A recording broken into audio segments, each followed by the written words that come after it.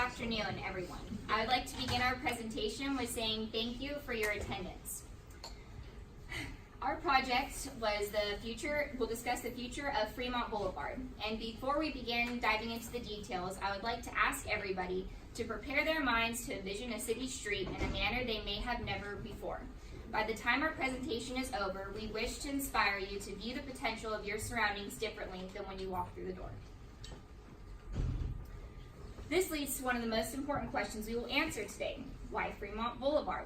Fremont Boulevard is both a central and integral space within the city of Seaside that is in dire need of revitalization, which will be making headway soon as the city is due to update the 20 to 40 year plan of the street. After discussions with city officials, Kurt Overmayer and Rick Riedel, it was decided our efforts would best be focused on assisting in the development of the 20 to 40 year plan through researching and designing a new street design for Fremont Boulevard that accurately reflects what the Seaside government wishes to see in the city. This can be noted in the quote on the screen. The highlighted words are what I would like to draw your attention to. Vibrant, diverse, energetic, safe, natural beauty, quality of life, and economic opportunities. These are all things the Seaside government would like to see in the city and that our group would like to see incorporated in the design of Fremont Boulevard. Now I will discuss the current state of Fremont Boulevard in regards to the way that it is currently used by people of Seaside and the overall street design. What you'll notice when looking at the first picture is that the pedestrians walking down the street have very little room on the sidewalk. Taking a look at this aerial view, you'll notice that Fremont Boulevard is a very large street, but it is only dedicated to automotive transportation and pedestrian transportation, with pedestrians having very little room, as we mentioned.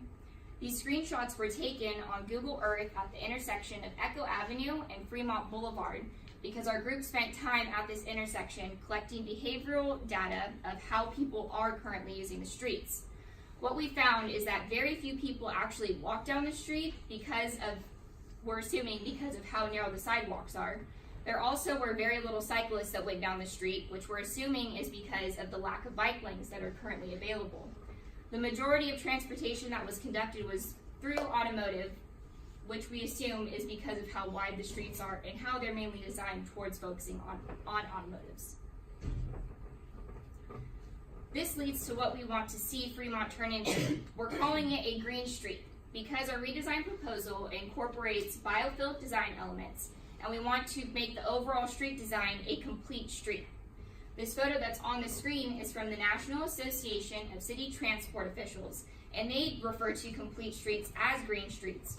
This is because, as you can see on this photo, there are multiple activities that can occur on the street, along with there still being accessible transportation, and there are also biophilic design elements incorporated. The remainder of our presentation will discuss what exactly a complete street is and how we wish to see biophilic design elements incorporated. So what is a complete street? And really the name says it all. We wanted to incorporate this idea of a complete street because it shares and completes the street to where everybody that uses it can use it for the reasons they need it for. Some people don't like to drive and some people can't drive. So this street will incorporate safety and enjoyment for people that would rather walk, take a scooter, take a bike, or any other mode of transportation for everyone that shares the street. And at this time, Roman will discuss what this looks like a little deeper on Fremont Boulevard. So why make Fremont Boulevard a complete street? At several of the city council meetings, members of the audience made it very clear that Fremont Boulevard is unsafe for cyclists and that is in dire need of some remodeling. As Fadi mentioned, complete streets are streets that offer a safe mode of transportation for all street users, and Fremont Boulevard does not offer this. As our group walked down Fremont Boulevard, we noticed that the sidewalks were very narrow and it made it uncomfortable to walk around other pedestrians. There was times you actually had to step onto the street and then back onto the sidewalk just to walk down. We also noticed that the road crossings were very long, and according to a study, out of the 7,000 pedestrian deaths in California between 2000 to 2009, 67% of those were on roads that needed improvement. They were wider, higher capacity roads like Fremont Boulevard. Oh, go back one more second. Also, and there was a state law that passed in 2008 which requires communities to incorporate complete street policies in their general plan updates. So making Fremont Boulevard a complete street. So the complete street, or the redesign proposal is going to be from Hillby to LaSalle. And to show you guys what we had in mind, we made this diagram here. So this is the intersection of Fremont and Echo Avenue. And you can see it's going from north to south. And to incorporate bike lanes and sidewalk improvement, we reduced Fremont Boulevard from 2 lanes to 1. We added curb extensions to decrease that distance that pedestrians have to go across the road to make it safer for them. And we also incorporated a bike rack and share infrastructure after each curb extension. And this is to give cyclists the chance to share or park their bike and enjoy Fremont Boulevard. Let's see, businesses such as Lime will now have the availability to use that infrastructure that's going to be there as well. So with wider sidewalks, they'll now be ADA accessible and they'll be stroller inclusive, which they aren't right now. Also, we're going to incorporate delineated crossings. That way they're well marked for people that may have vision impairments. Also, for established bike lanes, we believe that one-way protected bike lanes, also called one-way protected cycle tracks, are going to be the safest for the cyclists in Seaside and on Fremont Boulevard. And basically what this is going to do, it's going to stop dooring from occurring.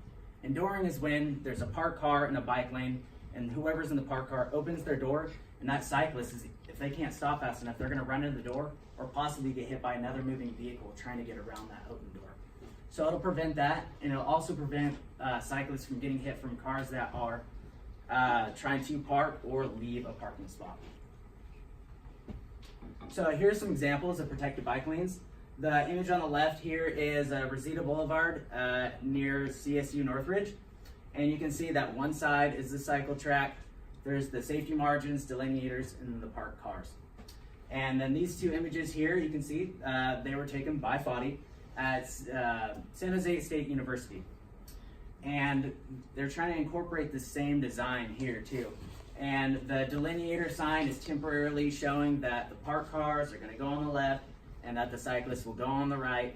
And the safety margins will also be included in this design.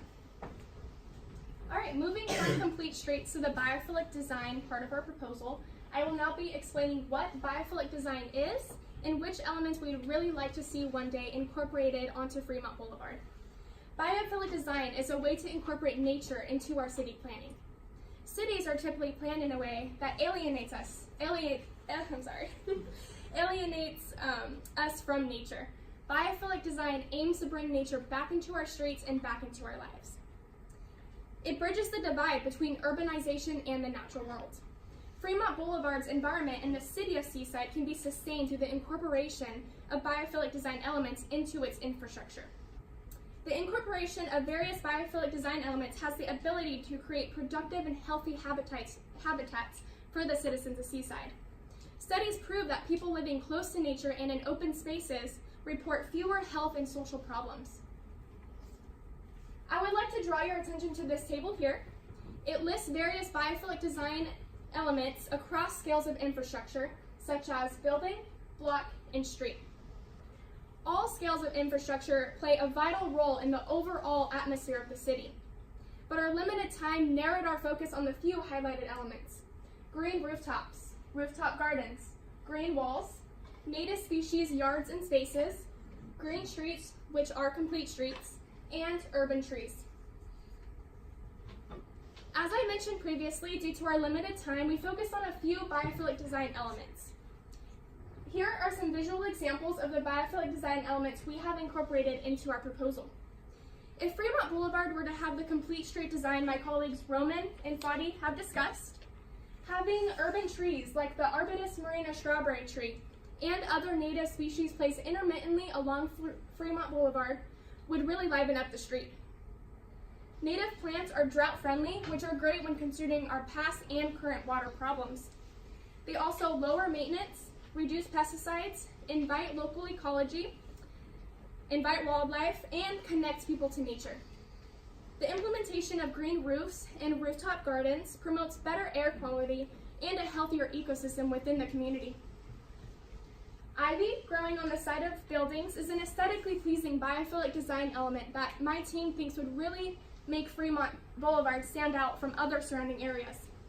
Right now, the current buildings are quite bland and there's little to no color throughout the street.